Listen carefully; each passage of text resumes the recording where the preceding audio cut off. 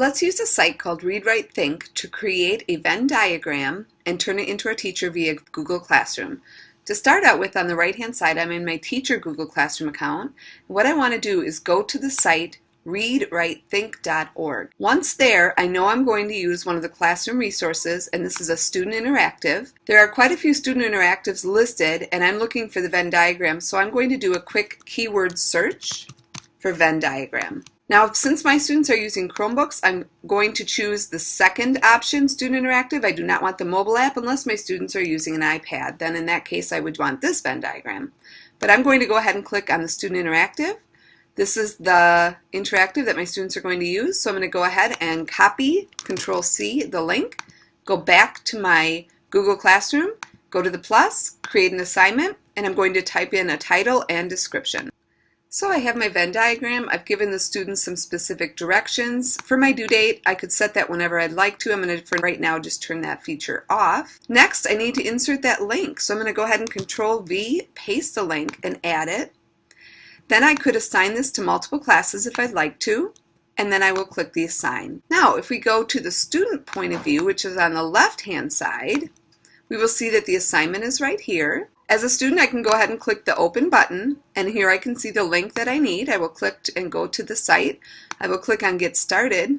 The Venn diagram opens up in its own window. This is a really great student interactive, which makes creating a Venn diagram quite simple. So I'm going to put in my name, the title of my project, click the Start button, and at this point I'm able to label my two circles by double-clicking and then typing in what my circle is going to represent. I can also change the color of the circle if I'd like. I can double-click over here and put in that circle's title, change the color if I'd like.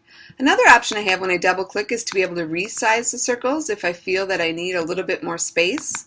I can go ahead and click on these double arrows and actually make them larger. I can also move them on the page by just clicking in the middle and moving them around. So now that I have my circles the size I'd like and the color I'd like and they're labeled, I can go ahead and add a new item. For my item, the first thing you do is put a label. Also, you can have a description, which can be an actual couple of sentences. Another feature is to decide what size I would like this item to appear in my Venn diagram. So I have small, medium, or large. I'll do the small for this one just to show you the difference. So here I have it. You can see I'm moving it around as I move my mouse. I place this wherever I'd like and then just click to set it. Now we can go ahead and add a new item. And just to show you the difference, I'll make this a large icon. And so you can see how much bigger it is than my first one. And again, I can put it wherever I'd like and click and place it. And we'll make this a medium size, click OK, and then place this in our Venn diagram. Now, if a student hasn't finished yet and they need to continue working, they can go to this Save and actually save this file as a Read Write Think file.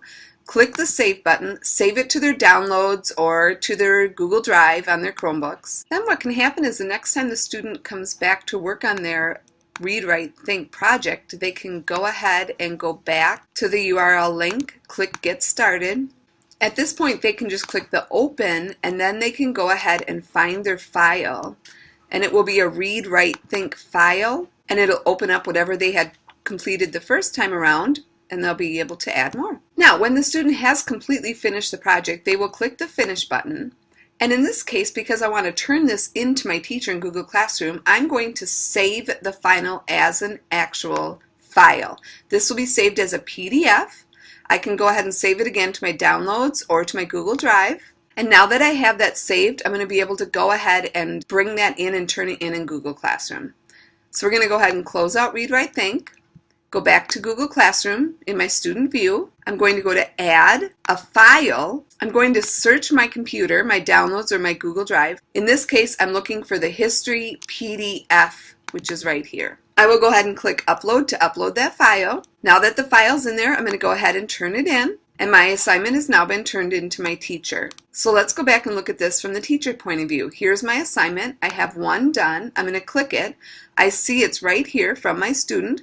When I click this, it opens a new tab, and I am then able to view my student's Venn diagram as well as the descriptions that the student wrote down below. After I've viewed the student's work and determined their grade, I will go back and add their grade right up here.